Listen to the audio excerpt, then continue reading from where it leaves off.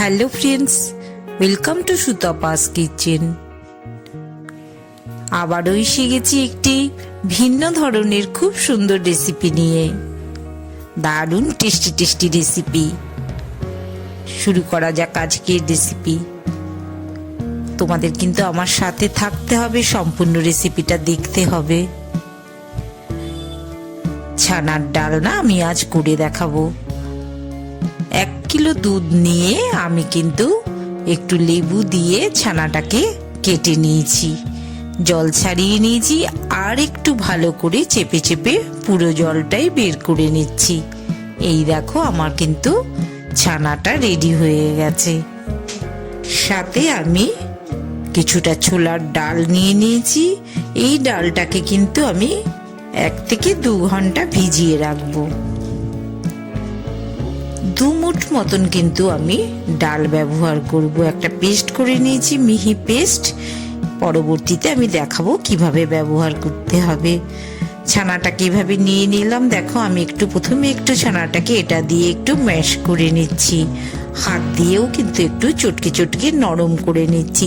যত ভালোভাবে কিন্তু ছানাটাকে পেস্ট করবে, হাতের তালু দিয়ে কিন্তু খুব ভালো করে ম্যাশ করে নিতে হবে। এই দেখো আমি মাঝে মাঝেই কিন্তু চটকে চটকে নিচ্ছি।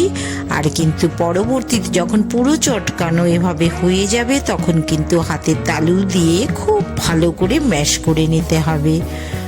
2 চামচ মতন, এই বড় চামচটা 2 চামচ কিন্তু আমি ছোলার ডালের পেস্ট নিয়ে নিচ্ছি। যত ভালো তোমরা এটাকে ম্যাশ করে নিতে পারবে, ছানাটা কিন্তু ততই নরম হবে। 2 চামচ মতন ময়দা, বড় চামচের 2 চামচই কিন্তু আমি ছোলার ডাল নিলাম। 2 চামচ আবার ময়দাও মিশিয়ে নিলাম। তোমাদের যদি ছোলার ডালের অসুবিধে থাকে, সেক্ষেত্রে কিন্তু তোমরা 2 চামচ বেসনও নিয়ে নিতে পারো। আমি কিন্তু খুব ভালো করে এটাকে মেখে নিচ্ছি। ময়দা দিয়ে ভালো করে চটকে চটকে রেডি করে নিতে হবে। এই দেখো এটা কিন্তু আমার হাতের তালু দিয়ে ম্যাশ করে রাখার পরে এদিকে একটা আমি মশলা রেডি করে নিচ্ছি। 1 চামচ কিন্তু আমি ধনে গুঁড়ো, 1/2 চামচ জিরে গুঁড়ো, 1 চামচ কাশ্মীরি লাল লঙ্কার গুঁড়ো,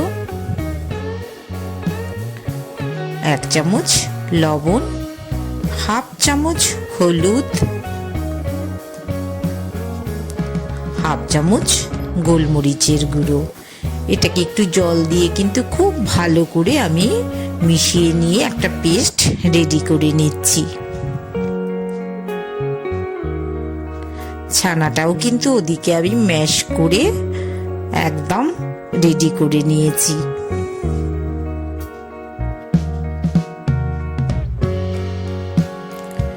এই যে ছানাটা রেডি করে নিয়েছি ছোলার ডাল আর ময়দা দিয়ে, এর সাথে একটু লবণ, 1/2 চামচ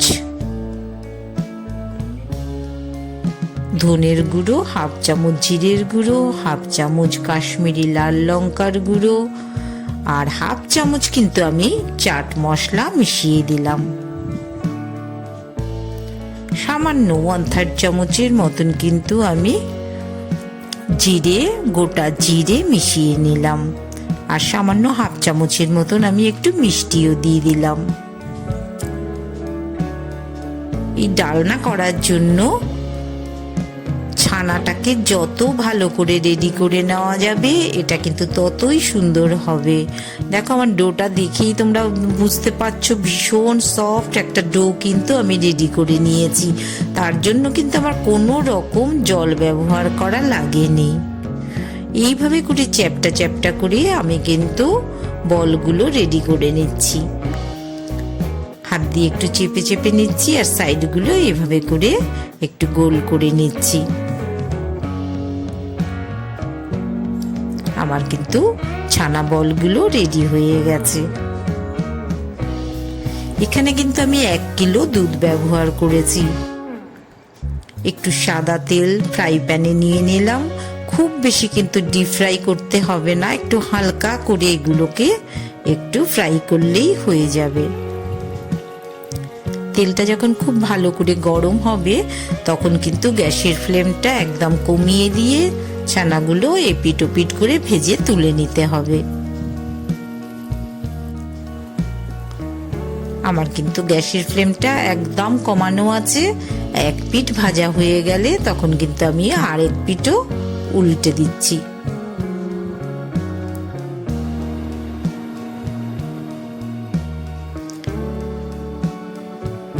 একটু হালকা ভাজা করে আমি কিন্তু এগুলোকে তুলে নেব।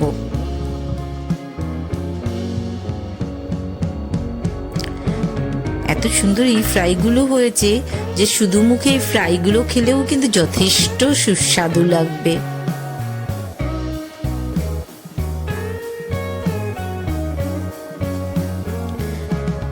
নিরামিষ দিনে এরকম একটা ভেজ ডালনা হলে তার কিছুই লাগবে না।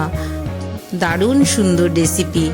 এই সাদা তেল মানে সাদা তেলের সাথে আমি সর্ষের তেল মিশিয়ে দিলাম, একটা তেজপাতা, হাফ চামচ মতন আমি গোটা জিরে দিলাম, আর 1/3 চামচের মতন কিন্তু আমি হিং মিশিয়ে দিয়েছি।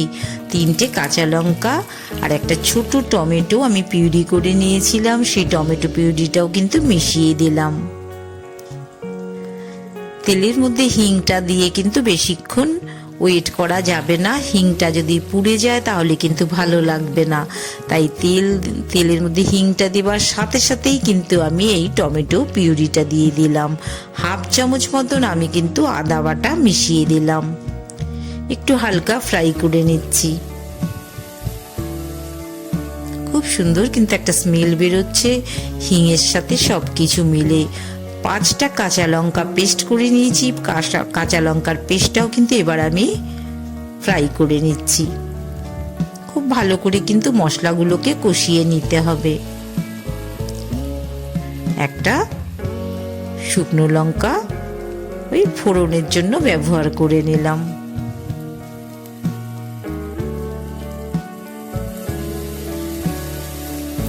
এবার যে মশলাটা আমি রেডি করে রেখেছিলাম সেই মশলাটা কিন্তু মিশিয়ে দিলাম।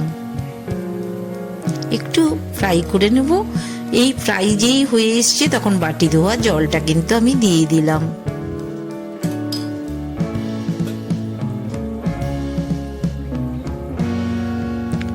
মিক্সচারটা কিন্তু ফুটে উঠেছে। একদম যখন টকবক করে ফোটা শুরু হয়েছে তখন কিন্তু আমি ছানার বলগুলো ওই গ্রেভির মধ্যে দিয়ে দিলাম।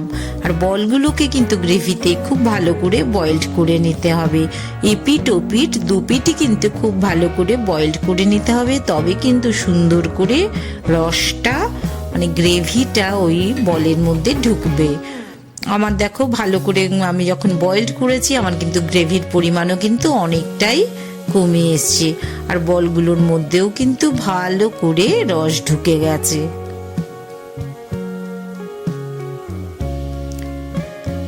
আমি এক পিঠ উল্টে দিলাম। আমি কিন্তু আবারও একটু জল মিশিয়ে ভালো করে বয়েলড করে নেব। আবারও একটু জল মিশিয়ে দিলাম।